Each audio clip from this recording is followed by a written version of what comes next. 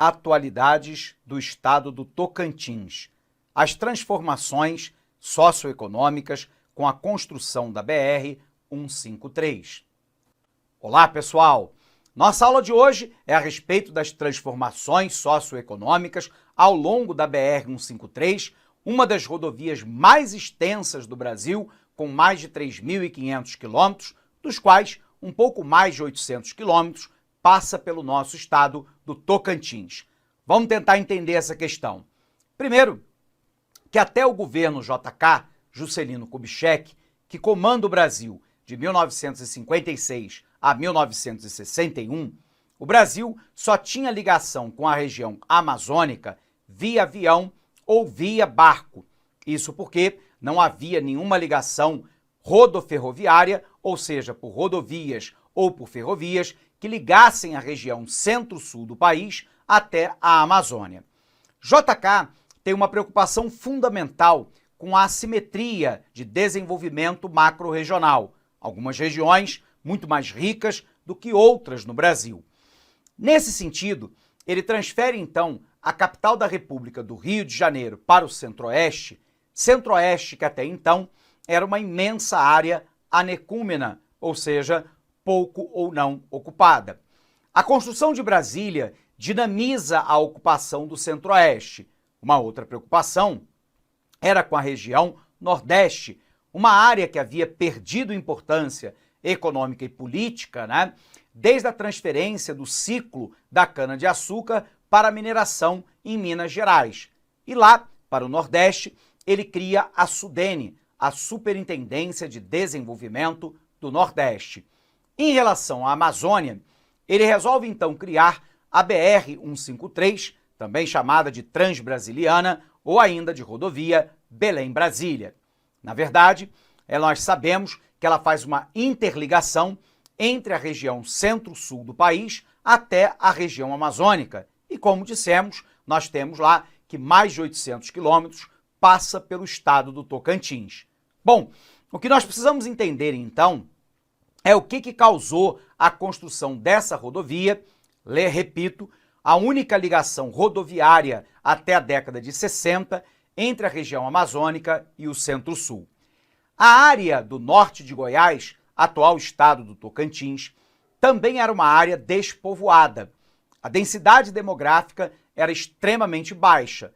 Se considerarmos hoje que, segundo o censo do IBGE de 2010, a densidade demográfica no Tocantins é de 4,89 habitantes por quilômetro quadrado, aquela época ela era ainda menor. Ao lado da construção da rodovia 153, da BR-153, se estabeleceram então uma série de atividades econômicas, o início de povoados que vão dar origem a uma série de cidades.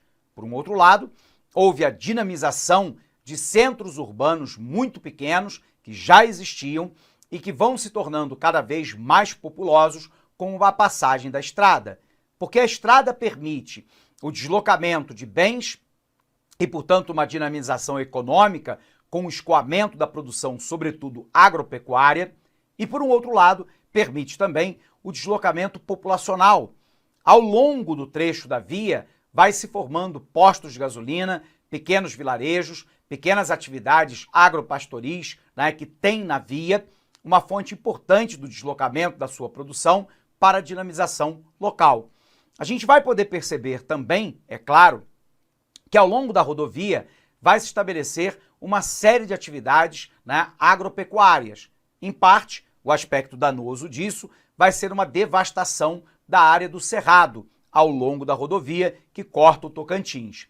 Por um outro lado, há uma dinamização econômica com a geração de emprego e renda, e isso é mensurável até sobre a ótica do IDH, do Índice de Desenvolvimento Humano. Você se recorda que o Índice de Desenvolvimento Humano, ele se baseia lá em 3 premissas, Primeiro, a expectativa de vida, também chamado de longevidade, quantidade média de anos que uma pessoa vive ao nascer em determinado local. Isso é reflexo, do acesso à alimentação, à renda, moradia, saúde, educação, saneamento básico, e por aí vai. Vamos observar que ao longo da BR-153 houve uma melhora sensível do IDH das cidades diretamente vinculados a ela, que saem, em grande parte, de um IDH baixo para um IDH médio. Por um outro lado, nós temos o segundo indicador do IDH, que é o nível de escolaridade. E aqui nós queremos saber 3 questões. Primeiro, o número de anos de escolaridade atual, o número de anos de escolaridade esperada para o futuro e também o número de analfabetos em relação à população total. Também nesse indicador há uma melhora de todas as cidades e vilarejos formadas ao longo da BR-153. E, finalmente, o último indicador do IDH é o PIB per capita, ou seja, o PIB dividido pela população. E, novamente, ao longo de toda a via, há uma dinamização com o crescimento do PIB per capita e, em tese, uma melhor distribuição de renda. Portanto, há uma dinâmica muito positiva, em relação à BR-153 ao permitir esse deslocamento de bens e pessoas. Por um outro lado, é claro, há o crescimento das atividades agropecuárias com a destruição de parte do cerrado ao longo do trajeto da via. Bacana? Vem para cá, vamos falar mais sobre isso. A abertura da estrada para a construção da BR-153 permitiu a inserção de várias frentes de colonização no cerrado e na floresta, em regiões até então habitadas apenas por nações indígenas e povos tradicionais, num processo de interiorização da ocupação territorial, bem como da integração do cerrado como centro produtor agropecuário importante para a economia do país. A região norte de Goiás, hoje Tocantins, foi completamente modificada, pois às margens da BR-153 surgiram novas fazendas, postos de gasolina, pequenos comércios, novos povoados e vilas que mais tarde se transformariam em cidades. A rodovia federal é conhecida por várias denominações, como, por exemplo, Belém-Brasília, Transbrasiliana e BR-153. A BR-153 é o principal eixo de ligação rodoviária da região norte com as demais regiões do Brasil, possuindo lá 3.564 quilômetros de extensão, passa por 8 estados brasileiros, do Pará até o Rio Grande do Sul. Desse total, 803 quilômetros estão dentro do estado do Tocantins. Na atual divisão do estado, são 29 os municípios que têm relação direta com a BR-153, Aliança do Tocantins, Alvorada, Araguaína, Barrolândia, Brasilândia do Tocantins, Cariri do Tocantins, Colina do Tocantins, Crixás do Tocantins, Dueré, Fátima, Figueirópolis, Fortaleza do Tabocão, Guaraí, Gurupi, Miracema do Tocantins, Miranorte, Nova Olinda, Nova Rosalândia, Oliveira de Fátima, Palmeirante, Paraíso do Tocantins, Piraquê, Presidente Kennedy, Pugmil, Rio dos Bois, Santa Rita do Tocantins, Talismã, Vanderlândia e Xambioá, dispostos aí de norte a sul em todas as regiões intermediárias e em 7 das 11 regiões imediatas. Após a abertura do acesso rodoviário, com ênfase na BR-153, houve um aumento demográfico, aumento populacional, no âmbito geral, embora este tenha sido concentrada de forma exponencial em algumas localidades, como demonstrado na figura abaixo. Observe aqui o gráfico de populações de acordo com o censo demográfico em 91, 2000 e 2010 do IBGE. Então, diretamente beneficiado Araguaína, com um grande crescimento populacional, Colinas do Tocantins, Guaraí, Gurupi, Miracema do Tocantins, seguindo lá por Paraíso do Tocantins, Vanderlândia e Ximbioá. A gente vai observar que que são as principais cidades beneficiadas diretamente, né, pela construção da BR-153. Na realização do primeiro censo, em 91, todos os municípios que fazem parte do estudo possuíam IDH considerado muito baixo, menor que 0,5, com modesta mudança positiva para o ano 2000, com destaque para os municípios de Paraíso do Tocantins e Gurupi, que saíram da categoria muito baixo para a média.